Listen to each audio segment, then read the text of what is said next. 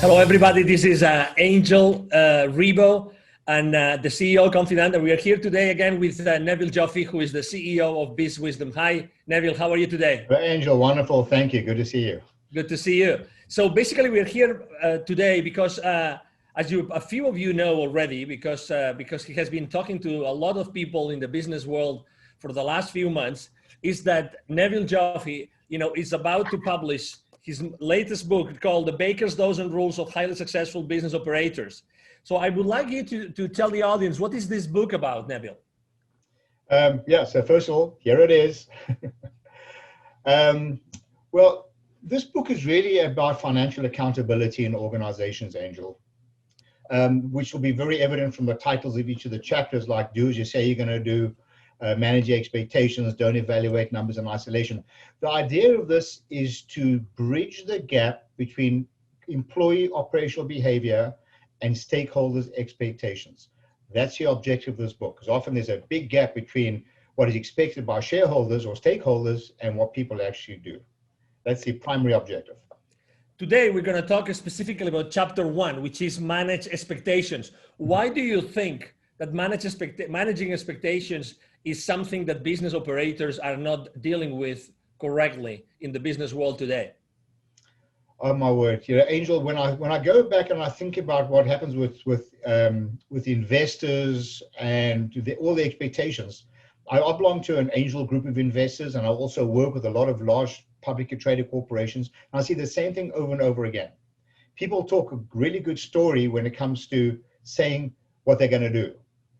When the rubber hits the road, do they actually do what they say they're going to do? And unfortunately, the courts are full of cases with broken promises. You said you would do X and you didn't do X. So I started this off as the first chapter because I believe that if people did what they say they were going to do, there'd be a lot less trauma in organizations and companies do it a lot better. This also moves down even into the organization itself. For example, with budgets. You'll have somebody in middle management informing someone in higher management, here's my sales expectation. Well, we don't know how much homework they did to get to that assumption. Now, the person who's, say, the VP then provides this information to the finance department, who will populate the information. The CFO then gives these promises to shareholders and to the board. Guess what happens? More often than not, they don't meet that expectation. Now they lose confidence in the market. So just imagine if everyone in the organization understood the financial implications of operational behavior, they learned to understand the resources needed to keep their commitment, and understood with a full 360-degree view of all the touch points and the constraints that could impact their ability to actually deliver what they say they're going to do. Just imagine what the organization would look like and how shareholders would feel. Furthermore, imagine how a CEO would feel if he or she were to walk into a boardroom knowing that they're going to tell the board, talk about their financial results, and it'll be equal to or better than what they promised. Just imagine how they would feel. Herein lies the issue. They're not the ones delivering the goods. The people delivering the goods are in the field. Because as I talk about in my book, the employees are the custodians of the company's profits. This doesn't happen in the C-suite. It doesn't happen by managers. It happens in the field. And everybody should be able to manage their expectations by linking what they do ultimately to what shareholders actually expect. That's why I started off with this chapter. What triggered you to write this book? Because it's not your first book. You have probably like 12, 13 more books before this one. What made you write this book, Neville?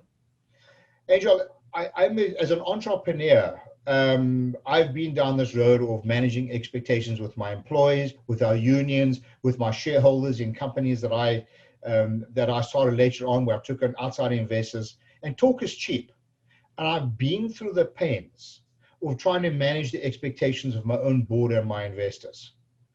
I've seen these pains, like I said early on, through my own training initiatives with international corporations. I've seen this over and over again, not inside my own companies, but from outside as well.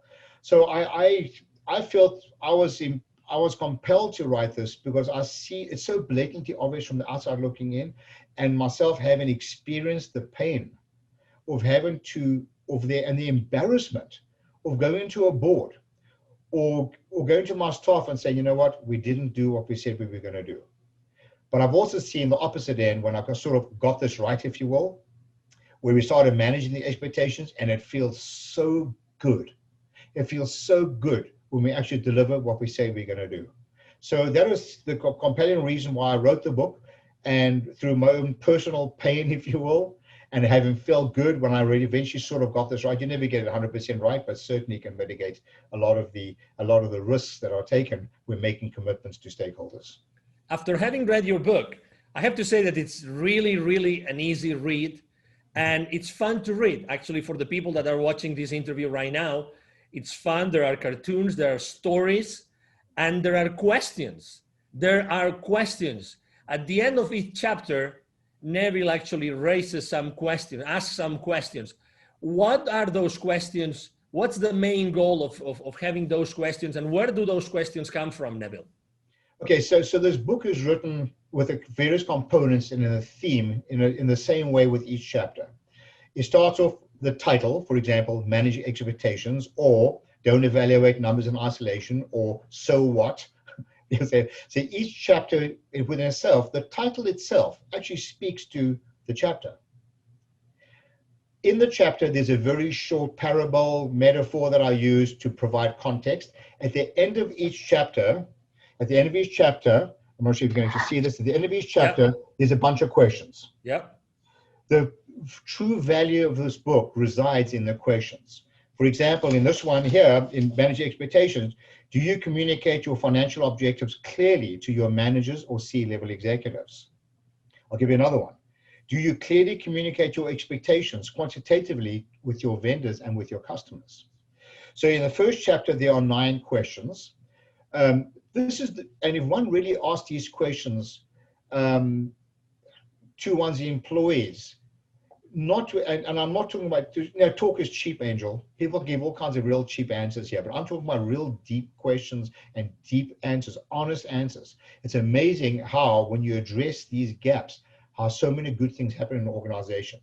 So what I would love from my listeners here, because this is my first edition of the book, and we've had a fantastic response to this, overwhelming response. What I would love to do in anticipation of my second edition, so anyone who's listening to this, we'll be happy to send you a soft copy of these questions. And if you can think of any other questions that would be prudent or relevant in your organization, we would love to have you share them with us. Thank you. Exactly. I mean, to this point, you have to know, I mean, when I was doing the research on this book, that there has been hundreds and hundreds of people willing to contribute. And we're talking about C-level executives of large corporations, worldwide large corporations, wanting to contribute to this book.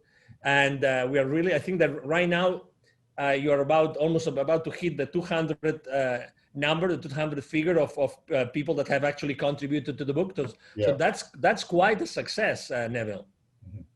Yeah, it blew me away how many people actually were willing to do that. We have a whole lineup of more people who want to contribute to the second edition who have already read the book. Yes, I'm humbled, and I'm thrilled. I really am, that the value that it's bringing to people. It's just for the people that would like to know more about you and what you do, what's the best way to connect with you, Neville? Oh, just email me. I love a good debate. Neville, Neville, @bizwisdom.com. That's BIZWISDOM.com. Neville @bizwisdom.com. I'll be delighted to hear from you. I'd love to chat with you. Thank you. Thank you very much, Neville. And for everybody watching us, thank you for being with us today. We hope that you enjoyed this conversation with Neville as much as we did, and hope to see you soon in the next interview with Neville. Have a wonderful day. Thanks. Bye for now. Thank you. Bye-bye.